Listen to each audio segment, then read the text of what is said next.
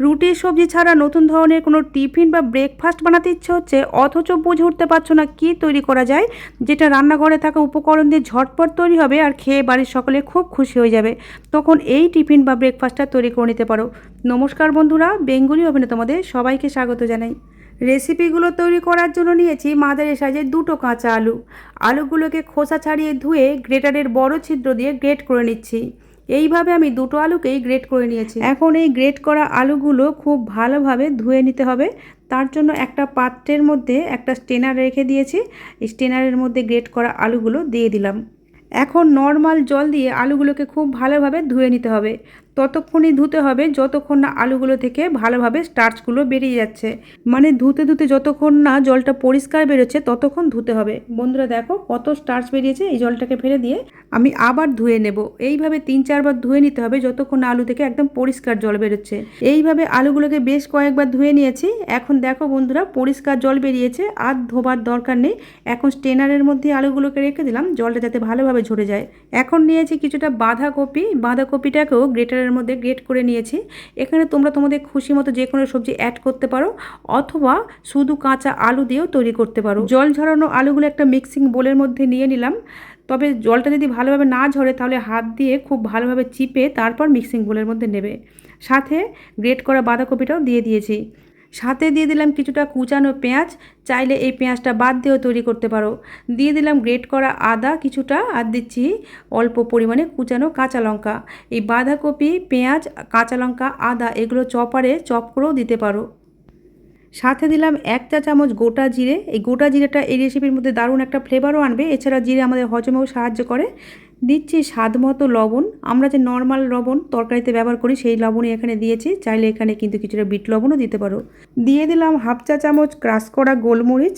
আমি এখানে কয়েকটা গোলমরিচকে হামানদিস্তার মধ্যে একটু ক্রাশ করে নিয়েছিলাম। আর সাথে দিলাম 1 টেবিল চামচ ম্যাগি ম্যাজিক মশলা। মশলাগুলো আলু আর বাঁধাকপির মধ্যে না মিশিয়েই সাইডে রেখে দিলাম। এখানে আগের দিন রাতের কিছুটা মাখা আটা বেশি হয়ে গিয়েছিলো, ওই আটা মাখাটা ফ্রিজে রেখে দিয়েছিলাম। পরের দিন ব্রেকফাস্ট তৈরি করার 1 ঘন্টা আগে ফ্রিজ থেকে বের করে রেখেছিলাম। সেই আটাটাকে আরও একটু মেখে নিয়ে 4টে সমান ভাগে ভাগ করে নিয়েছি। এখন আটা দিয়ে এই লেচিগুলোকে বেলে নিতে হবে। চাইলে ফ্রেশ আটা মেখেও এই রেসিপিগুলো তৈরি করতে পারো। যেভাবে রুটি তৈরি করার জন্য আমরা রুটি বেলি সেইভাবেই বেলতে হবে, আর এই রকম রুটির মতোই পাতলা করে বেলতে হবে। শুধু রুটির থেকে একটু বড় সাইজ করে বেলতে হবে। বন্ধুরা দেখো, আমি রুটির থেকে একটু বড় সাইজ করে আর রুটির মতোই পাতলা করে বেলে নিয়েছি। এইভাবে 4টে রুটিকেই বেলে নিয়েছি। এই যে 4টে রুটি আমার বেলা হয়ে গেছে। এখন আলু আর বাঁধাকপির মধ্যে যে মশলাগুলো দিয়ে রেখেছিলাম এগুলো এর সাথে ভালোভাবে মিশিয়ে নিচ্ছি। আগে থেকে এই কারণেই মেশাইনি, যেহেতু এখানে লবণ দেওয়া আছে। আগে থেকে যদি মিশিয়ে নিতাম তাহলে সবজি থেকে জল ছেড়ে দিত, আর আমাদের এই টিফিন বা ব্রেকফাস্ট রেসিপিগুলো বানাতে একটু সমস্যা হতো। মশলাগুলো ভালোভাবে মেখে নেওয়া হয়ে গেলে বেলে নেওয়া একটা রুটি বোর্ডের ওপর নিয়ে নিয়েছি। আর এই রুটির মধ্যে দিয়ে দিলাম কিছুটা টমেটো কেচাপ। এই টমেটো কেচাপটা একটা চামচের সাহায্যে পুরো রুটিটার গায়ে ভালোভাবে মাখিয়ে নিতে হবে। নিজেদের পছন্দ অনুযায়ী যে কোনো সসই এখানে দিতে পারো। আমি রুটির চারপাশটায় এই টমেটো কেচাপটা খুব ভালোভাবে লাগিয়ে নিয়েছি, আর রুটির ধারগুলো এইভাবে একটু করে ফাঁকা রেখেছি। এখন আগে থেকে তৈরি করে নেওয়া আলুর মিশ্রণটা এইভাবে রুটির চারপাশে ছড়িয়ে দিতে হবে। আর এই মিশ্রণটাকে চামচের পিছন দিক দিয়ে সমানভাবে রুটির চারপাশটা ছড়িয়ে দিয়েছি। এর ওপর দিয়ে দিয়ে দিলাম আরও একটা বেলে নেওয়া রুটি। এখন আমি এই রুটিটার ওপর দিয়ে দিচ্ছি কিছুটা গ্রিন চিলি সস। এইভাবে তৈরি করলে এই টিফিন রেসিপিগুলো কিন্তু খেতে খুব চটপটা স্বাদের হবে। তবে হাতের কাছে যদি যে কোনো একটা সস থাকে সেটা দিয়েও তৈরি করতে পারো। এই সসটাকেও রুটির চারপাশে একইভাবে ভালোভাবে লাগিয়ে নিয়ে একইভাবে এর ওপর দিয়েও আলুর মিশ্রণটা ছড়িয়ে দিচ্ছি। এটাকেও ভালোভাবে ছড়িয়ে নেওয়া হয়ে গেলে এর ওপর দিয়ে বেলে নেওয়া আরও একটা রুটি দিয়ে দিলাম। আর রুটিগুলো দেওয়ার সময় চারপাশটা একটু সমানভাবেই দিতে হবে, যাতে একদিকটা বেশি একদিকটা কম না হয়। এই রুটিটার ওপর দিয়েও দিয়ে দিলাম কিছুটা টমেটো সস। এই সসটাকেও একইভাবে রুটির চারপাশটায় ছড়িয়ে দিতে হবে, আর এর ওপর দিয়েও একইভাবে আলুর মিশ্রণটা ছড়িয়ে দিতে হবে।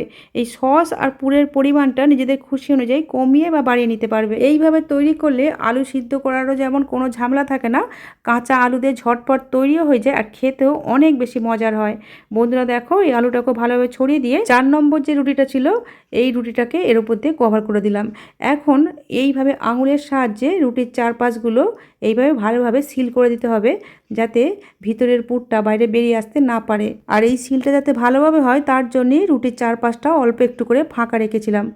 রুটির ওপরে যে কালো মতো অংশটা দেখা যাচ্ছে ওটা আসলে ক্রাশ করা গোলমরিচের একটা টুকরো বন্ধুরা দেখো রুটির চারপাশটা ভালোভাবে সিল হয়ে গেছে। যেহেতু এই রুটিগুলো আটা দিয়ে তৈরি করা তাই জল ছাড়াই ভালোভাবেই সিল হয়ে যায়। এখন নিয়েছি একটা ছিদ্রযুক্ত থালা। এই থালাটার মধ্যে কিছুটা তেল লাগিয়ে নিয়ে রেডি করা রুটিটা এই থালার মধ্যে নিয়ে নিলাম। এদিকে আগে থেকে একটা প্যানের মধ্যে কিছুটা জলকে ফুটতে দিয়েছিলাম। এই ফুটন্ত জলের উপরে এই রুটিটা বসিয়ে দিলাম। এখন ওপর দিয়ে একটা চাপা দিয়ে দিতে হবে, আর চাপাটা এমনভাবেই দিতে হবে যেন ভিতরের বাষ্পটা বাইরে বেরিয়ে আসতে না পারে, কারণ স্টিমের মধ্যে কিন্তু রুটিটা সিদ্ধ হবে। ফ্লেমটাকে মিডিয়ামে রেখে 8 থেকে 10 মিনিট সিদ্ধ করে নিতে হবে। এখন আমি তোমাদের 8 মিনিট পরে দেখাচ্ছি। চাপাটা খুলে এইভাবে আঙুল দিয়ে টাচ করে দেখবে, যদি আঙুলে কিছু না লাগে তাহলে বুঝতে হবে হয়ে গেছে, আর যদি নরম জাতীয় কিছু লাগে তাহলে আরও 2 মিনিট সিদ্ধ করে নেবে। রুটিটা যেহেতু ভালোভাবে সিদ্ধ হয়ে গেছে তাই নামিয়ে নিয়ে একটু হালকা ঠান্ডা করে নিয়ে এখন থালা থেকে তুলে নিচ্ছি। দেখো বন্ধুরা কত সহজে উঠে আসলো। এখন এটাকে আমি থালা থেকে তুলে নিয়ে একটা প্লেটের মধ্যে নিয়ে নিয়েছি, আর একটা ছুরির সাহায্যে এইভাবে কেটে নিচ্ছি।